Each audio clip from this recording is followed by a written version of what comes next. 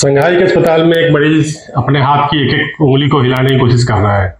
10 साल पहले एक हादसे ने उसके रीढ़ की हड्डी को इतना नुकसान पहुंचाया कि उसका हाथ पूरी तरह सुन्न हो गया। लेकिन आज उसके दिमाग के ऊपर टिका एक सिक्के जितना छोटा चिप उसके विचार को पढ़ रहा है और एक रोबोटिक दस्ताना उसकी उंगलियों को हरकत दे रहा है। यह विज्ञान कथा नहीं, हकीकत है। और यह कहानी सिर्फ एक मेडिकल चमत्कार का नहीं बल्कि एक वैश्विक होड़ की है, जिसमें चीन ने एलन मस्क की न्यूरालिंक को पीछे छोड़ते हुए दुनिया की पहली व्यावसायिक रूप से स्वीकृत invasive brain computer interface technology का दावा ठोक दिया है। क्या यह चिप सच में इंसान के दिमाग को पढ़ सकती है? क्या यह वाकई मस्क की न्यूरालिंक से आगे निकल गई है? और इसके पीछे कौन सी चुनौतियां छिपी हुई है जिन पर दुनिया भर के वैज्ञानिक चिंता जता रहे हैं? नमस्कार, मैं हूं संजय कुमार, आपका एंकर, और आप देख रहे हैं इंडिया अपडेट 24। इस कहानी को परत दर परत खोलेंगे। आज की हमारी विशेष रिपोर्ट का विषय है दुनिया की सबसे उन्नत और सबसे विवादास्पद तकनीकों में से एक ब्रेन कंप्यूटर इंटरफेस यानी BCI। पिछले कुछ दिनों में एक खबर तेजी से वायरल हुई है कि चीन ने नियो नाम की एक ब्रेन चिप को व्यावसायिक चिकित्सा इस्तेमाल के लिए मंजूरी दे दी है, और अब इस चिप को एक मरीज के दिमाग में सफलतापूर्वक प्रत्यारोपित भी कर दिया गया है। सोशल मीडिया पर दावा किया जा रहा है यह दिमाग पढ़ने वाली चिप है कि चीन ने मस्तिष्क नियंत्रण की तकनीक हासिल कर ली है, और यह भी चीन ने एलन मस्क की कंपनी न्यूरालिंक को पूरी तरह पीछे छोड़ दिया है। इस रिपोर्ट में हम दावों की सच्चाई को परखेंगे। हम बताएंगे कि असल में हुआ क्या है, यह तकनीक काम कैसे करती है, इसका मरीजों के लिए क्या मतलब है, और साथ ही उन गंभीर सवालों पर भी बात करेंगे जो डेटा प्राइवेसी, साइबर सुरक्षा और नैतिकता को लेकर उठ रहे हैं। सबसे पहले संक्षेप में समझ लीजिए, यह चिप किसी का दिमाग पढ़ने के लिए नहीं बनाई गई। यह उन मरीजों के लिए बनाई गई है जो रीढ़ की हड्डी की चोट के कारण लकवाग्रस्त हो चुके हैं, जिनका दिमाग तो सामान्य रूप से काम करता है लेकिन शरीर तक संदेश नहीं पहुंच पाता। यह चिप उस टूटी हुई कड़ी को फिर से जोड़ने की कोशिश करती है। तो चलिए शुरू से समझते हैं यह पूरा घटनाक्रम कब शुरू हुआ, किसने इसे बनाया और अब तक क्या क्या हो चुका है, क्या हुआ है मंजूरी से इम्प्लांट तक। इस पूरी कहानी की शुरुआत होती है इस साल मार्च के महीने में। 13 मार्च 2026 को चीन की राष्ट्रीय चिकित्सा उत्पाद प्रशासन यानी NMPA ने एक ऐतिहासिक फैसला लिया। उस नियो नाम के एक implantable hand motor function compensation system को व्यावसायिक उपयोग के लिए मंजूरी दे दी। किसने बनाई यह चिप? यह चिप संघाई की एक स्टार्टअप कंपनी न्यूराकल टेक्नोलॉजी ने बनाई है, और इसके विकास में सिंधुआ यूनिवर्सिटीज के शोधकर्ताओं का भी बड़ा योगदान रहा है। न्यूराकल को कुछ रिपोर्टों में बेरोई कॉन्ग मेडिकल टेक्नोलॉजी के नाम से भी जाना जाता है। यह मंजूरी अपने आप में एक बड़ी उपलब्धि थी, लेकिन असली सुर्खियां तब बनी जब जुलाई के मध्य में यानी हाल के दिनों में चिप को पहली बार वास्तव में किसी मरीज के मस्तिष्क में सफलतापूर्वक प्रत्यारोपित किया गया। कई चीनी समाचार माध्यमों ने पुष्टि की कि यह दुनिया का पहला मामला है जिसमें किसी व्यावसायिक रूप से स्वीकृत इन्वेसिव ब्रेन कंप्यूटर इंटरफेस को सर्जरी के जरिए किसी मरीज के दिमाग में लगाया गया हो। मरीज कौन है? रिपोर्टों के मुताबिक यह मरीज एक ऐसा व्यक्ति है जिसने करीब 1 दशक पहले रीढ़ की हड्डी में चोट लगने के कारण अपने हाथ की गतिशीलता खो दी थी। सर्जरी के बाद चिप ने उसके मस्तिष्क के सेंसरी मोटर कॉर्टेक्स से संकेत उठाना शुरू किया, और इन संकेतों को एक कंप्यूटर तक भेजा गया जिसने उन्हें एक रोबोटिक दस्ताने की गतिविधियों में बदल दिया। दिलचस्प बात यह है कि यह कोई अचानक हुआ प्रयोग नहीं था। न्यूराकल अक्टूबर 2023 से ही नियो पर 36 क्लिनिकल ट्रायल कर चुकी है, जिनमें से 32 ट्रायल तो सिर्फ 2025 के कुछ महीनों में ही किए गए। यानी यह मंजूरी और यह इम्प्लांट वर्षों की मेहनत और डेटा जुटाने के बाद आया परिणाम है, न कि कोई जल्दीबाजी में लिया गया फैसला। बीमा कवरेज में तेजी। इस पूरी प्रक्रिया में एक और चौंकाने वाला पहलू है। मंजूरी मिलने के 48 घंटे के भीतर ही चीन के राष्ट्रीय स्वास्थ्य सुरक्षा प्रशासन ने इस उत्पाद को एक मेडिकल इंश्योरेंस कोड आवंटित कर दिया। यानी बाजार में मंजूरी मिलने से लेकर बीमा योजना में शामिल होने तक पूरा सफर सिर्फ कुछ दिनों में तय हो गया, जो सामान्यतः किसी भी देश में वर्षों का समय लेता है। तकनीक को समझिए, नियो काम कैसे करती है। ड्यूरामीटर पर टिकी चिप। अब बात करते हैं इस तकनीक की जो इस पूरी कहानी का सबसे दिलचस्प हिस्सा है। नियो को समझने के लिए सबसे पहले यह जानना जरूरी है कि मस्तिष्क में किस तरह लगाई जाती है। दिमाग को चीरे बिना काम करने वाली तकनीक न्यूरालिंक जैसी कुछ अन्य तकनीकों में इलेक्ट्रोड सीधे मस्तिष्क के टिश्यूज में डाला जाता है, यानी वे कॉर्टेक्स को भेजते हैं। लेकिन नियो का डिजाइन इन सबसे अलग है। यह एक एपिड्यूरल BCI है, जिसका मतलब है कि यह चिप सीधे दिमाग के भीतर नहीं घुसती, बल्कि ड्यूरामीटर नाम की सुरक्षात्मक झिल्ली के ऊपर टिकी रहती है, जो मस्तिष्क को ढक के रखती है। यह सिक्के के आकार की चिप है जिसमें 8 सेंसर लगे होते हैं। यह मस्तिष्क के सेंसरिंग मोटर कॉर्टेक्स के ऊपर रखी जाती है। यानी दिमाग के उस हिस्से के ऊपर जो शरीर की गतिविधियों को नियंत्रित करने से जुड़ा हुआ है। विचार से गति तक का सफर। जब मरीज अपने हाथ को हिलाने की कल्पना करता है तो उसका मस्तिष्क विद्युत संकेत उत्पन्न करता है। क्योंकि रीढ़ की हड्डी क्षतिग्रस्त है, ये संकेत हाथ तक नहीं पहुंच पाते। नियोचिप इन्हीं संकेतों को पकड़ती है, उन्हें कंप्यूटर तक भेजती है और कंप्यूटर एक विशेष एल्गोरिदम की मदद से इन संकेतों की व्याख्या करता है। इसके बाद यह व्याख्या एक रोबोटिक दस्ताने को भेजी जाती है जो मरीज की उंगलियों को असल में हिला देती है। यानी दिमाग सोचता है मुट्ठी बंद करो और मशीन उसे अंजाम तक पहुंचाती है। यह पूरी प्रक्रिया कुछ ही सेकंड के भीतर होती है और क्लिनिकल ट्रायल में इसने सांख्यिकीय रूप से महत्वपूर्ण सुधार दिखाया है। यह गैर इन्वेसिव है या इन्वेसिव भ्रम को दूर करते हैं। यहाँ थोड़ा भ्रम भी है। ज्यादातर वर्ल्ड रिपोर्ट्स में नियो को दुनिया की पहली इन्वेसिव यानी सर्जरी प्रक्रिया के जरिए लगाई गई बीसीआई बताया गया है, जिसे किसी राष्ट्रीय नियामक ने व्यावसायिक इस्तेमाल के लिए मंजूरी दी हो। हालांकि इसे सर्जरी से लगाया जाता है। इसका डिजाइन कंपैरेटिव रूप से एक आक्रामक है क्योंकि यह मस्तिष्क के टिश्यूज में सीधे प्रवेश नहीं करती।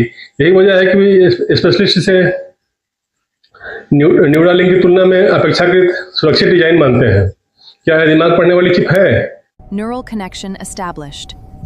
Beginning real-time data sync. Reading cognitive data streams.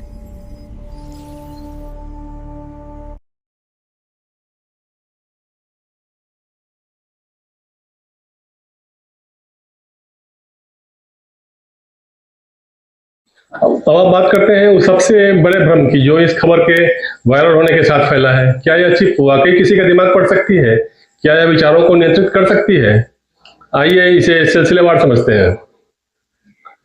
मिथक नंबर 1, यह चिप विचार पढ़ती है। सच्चाई यह है कि नियो किसी निजी विचार, भावनाएं, यादें या राय नहीं पढ़ सकती। यह केवल उन विशिष्ट न्यूरल सिग्नलों को पहचानती है जो शरीर की गति से जुड़े होते हैं, जैसे हाथ हिलाने या मुट्ठी बंद करने के यादा। यह एक बहुत ही सीमित और विशिष्ट कार्य के लिए प्रशिक्षित प्रणाली है, न कि कोई सर्वव्यापी माइंड रीडर। मिथक नंबर 2, यह मन को नियंत्रित कर सकती है। यह भी पूरी तरह गलत है। नियो एक तरफा प्रणाली है। यह सिर्फ मस्तिष्क के संकेत बाहर निकालती है, मस्तिष्क में कुछ डालती नहीं है। यानी यह किसी के व्यवहार, सोच या भावनाओं को नियंत्रित करने में सक्षम नहीं है। इसका पूरा मकसद है विकलांग मरीजों को उपकरणों के इस्तेमाल में मदद करना। मिथक नंबर 3, यह जासूसी के लिए इस्तेमाल हो सकती है। यह सच्चाई थोड़ी बारीक है। तकनीकी रूप से यह चिप जासूसी के लिए डिजाइन नहीं की गई है, लेकिन जैसा कि आगे हम विस्तार से बताएंगे, स्पेशलिस्ट यह जरूर चिंता जता रहे हैं कि किसी भी न्यूरल डेटा को इकट्ठा करने वाली तकनीक के दुरुपयोग की आशंका को पूरी तरह खारिज नहीं किया जा सकता, खासकर जब डेटा गोपनीयता के नियम अभी विकसित हो ही रहे हैं। तो संक्षेप में यह चिप एक चिकित्सा उपकरण है, जासूसी का हथियार नहीं। लेकिन इसका मतलब यह भी नहीं कि इसके साथ कोई जोखिम नहीं जुड़ा।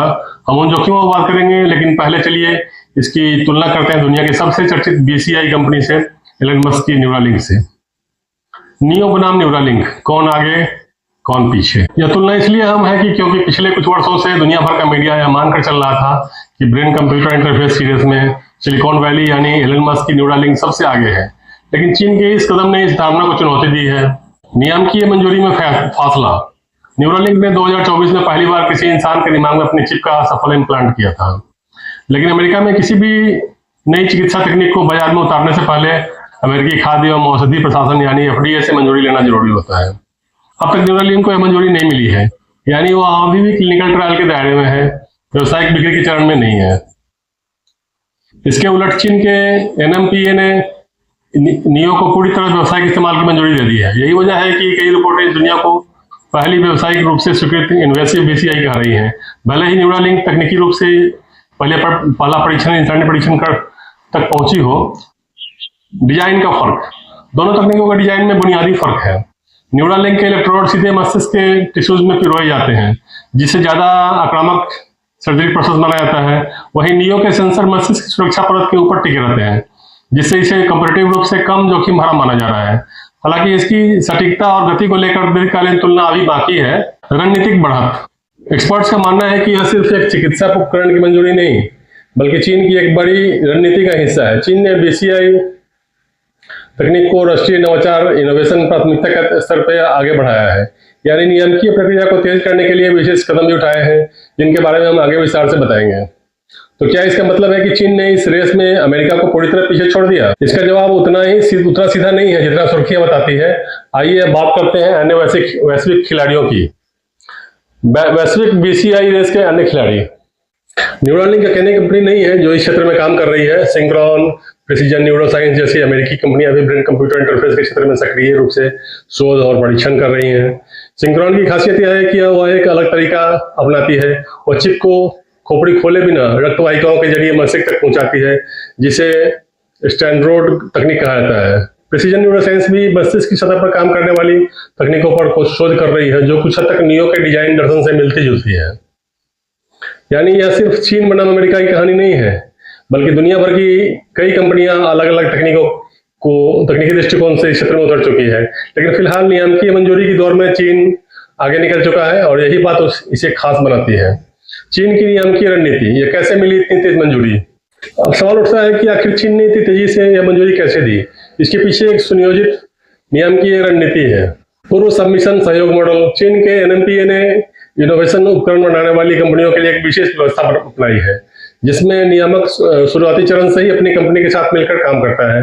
कंपनी विशिष्ट मार्गदर्शन देता है और समीक्षा प्रक्रिया को स्टेप बाय स्टेप आगे बढ़ाता है। यही मॉडल नियो की मंजूरी में इस्तेमाल हुआ।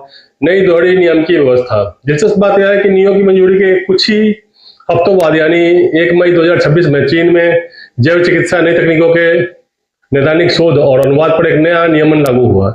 इसके तहत राष्ट्रीय स्वास्थ्य आयोग के अधीन एक समांतर नियामकीय रास्ता बनाया गया, जो सीधे मस्तिष्क कंप्यूटर इंटरफेस समेत जैव चिकित्सा की नई तकनीकों को कवर करता है। इस नई व्यवस्था के तहत शुरुआती चरण के क्लिनिकल शोध के लिए संस्थान की आंतरिक और नैतिकता समिति की समीक्षा और राष्ट्रीय स्वास्थ्य आयोग में 5 कार्य दिवसों के भीतर पंजीकरण ही काफी है। इसके लिए पहले से सरकारी मंजूरी की जरूरत नहीं पड़ती। इसके अलावा जनवरी 2026 में बीसीआई मेडिकल डिवाइसेस के लिए एक औद्योगिक शब्दावली मानक भी लागू हो चुका है। यानी चीन ने सिर्फ एक उत्पाद की मंजूरी नहीं दी, बल्कि पूरे बीसीआई क्षेत्र के लिए एक तेज तर्रार संस्थागत ढांचा तैयार किया है, ताकि आने वाले वर्षों में और भी उत्पाद तेजी से बाजार तक पहुंच सके। दरअसल जून 2026 तक चीन में 5 बीसीआई प्रोडक्ट्स को एनएमपीए की मंजूरी मिल चुकी है। भारत के लिए इसका क्या मतलब है? अब सवाल यह है कि इस पूरी वैश्विक होड़ में भारत कहाँ खड़ा है? फिलहाल भारत में बीसीआई तकनीक अभी शुरुआती शोध चरण में है। कुछ आईआईटी और एम्स जैसे स्थानों में इस दिशा में अकादमिक शोध जरूर हो रहा है, लेकिन चीन और अमेरिका जैसी बड़ी वाणिज्यिक और नियामकीय प्रगति ही भारत में नहीं देखी गई। एक्सपर्ट्स का कहना है कि भारत के पास रीढ़ की हड्डी की चोट और पक्षाघात से जूझ रहे मरीजों की बड़ी संख्या है, इसलिए इस तकनीक की संभावित मांग यहाँ भी उतनी ही बड़ी हो सकती है। लेकिन इसके लिए जरूरी है कि भारत भी अपने नियामकीय ढांचे, शोध निवेश और चिकित्सा तकनीकी सहयोग को मजबूत करे, ताकि भविष्य में इस तरह की तकनीकें भारतीय मरीजों तक भी किफायती दर तक पहुंच सके। यह भी ध्यान देने वाली बात है कि अभी चीन में भी नियो जैसी तकनीकों को राष्ट्रीय स्वास्थ्य बीमा प्रणाली से पूरी तरह कवरेज नहीं मिला है, यानी मरीजों को अभी भी काफी हद तक अपनी जेब से खर्चा उठाना पड़ रहा है। यह लागत भारत जैसे देशों के लिए इस तकनीक को व्यापक स्तर पर अपनाने में एक बड़ी बाधा बन सकती है। चुनौतियां, प्राइवेसी, साइबर सुरक्षा और नैतिकता। अब बात करते हैं उन गंभीर सवालों की जो एक्सपर्ट्स, स्पेशलिस्ट लगातार उठा रहे हैं। जब कोई उपकरण सीधे मस्तिष्क में डेटा इकट्ठा करता है, तो यह डेटा किसी भी अन्य डिजिटल डेटा से कहीं ज्यादा संवेदनशील हो जाता है।